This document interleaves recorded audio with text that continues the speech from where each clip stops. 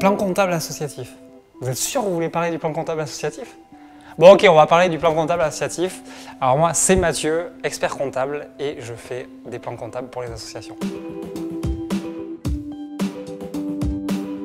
Alors déjà, qu'est-ce qu'un plan comptable, je dirais? Un plan comptable, c'est pas simplement des numéros de compte, c'est aussi un modèle de présentation des comptes qui va être traduit par un bilan, un compte de résultat et une annexe des comptes. À partir de là, qu'est-ce qu'on a de spécifique en France dans le plan comptable associatif?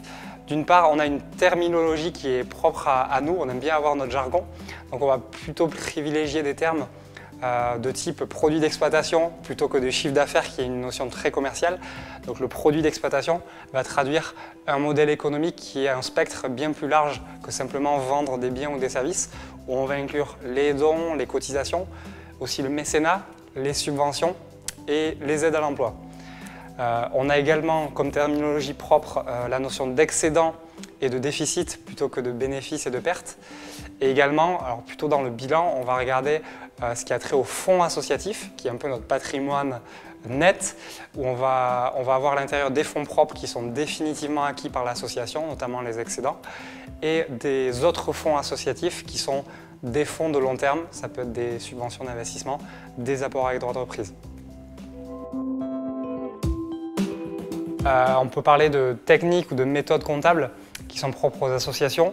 Donc on a notamment le bénévolat qu'on va pouvoir traduire ou dans le compte de résultat, au pied du compte de résultat, si on est capable de l'estimer de manière fiable, et ou plutôt en annexe, c'est-à-dire qu'on va uniquement se contenter de faire une mention dans l'annexe du bénévolat, d'autres formes de contribution en nature, où là on va faire une estimation. Parmi les spécificités, on a également la notion de fonds dédiés qui est vraiment propre aux associations. Alors ne pas confondre avec les produits constatés d'avance. Les fonds dédiés, c'est important de s'attarder dessus parce qu'on va les retrouver très souvent, quasiment chaque année dans les associations qui ont des financements pour un usage déterminé. Donc il s'agit d'une somme qui est octroyée pour un usage, ça peut être un projet, une action, que le financeur va définir, donc ça peut être un financeur privé ou public. Il va s'agir de regarder, pour telle année on nous a donné un financement, est-ce qu'au regard de la comptabilité, on a engagé toutes les charges relatives à cette somme?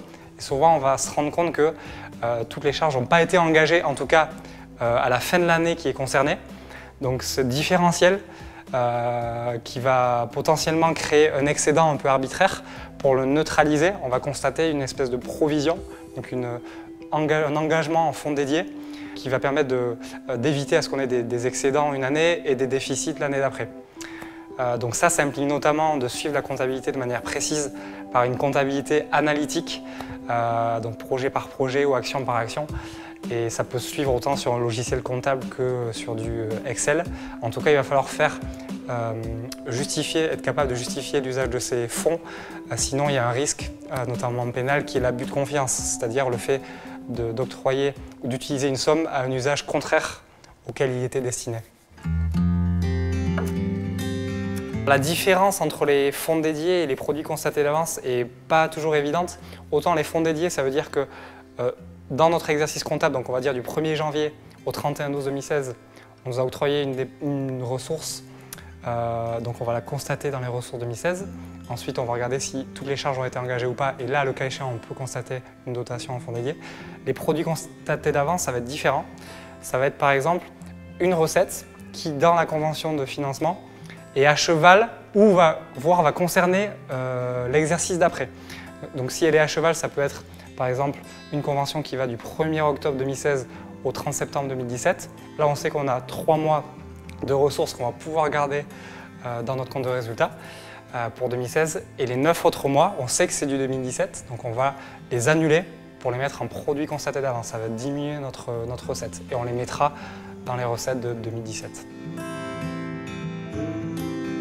Ce qui est toujours utile, c'est de compter sur des gens qui peuvent vous accompagner. Alors, on n'est pas obligé d'avoir un expert comptable, sachez-le, mais s'entourer de gens qui peuvent apporter des compétences, qu'elles soient en termes de gestion, de compta, de recherche de financement. Parce que souvent, la notion de recherche de financement, de stratégie de financement, elle est mésestimée par les associations.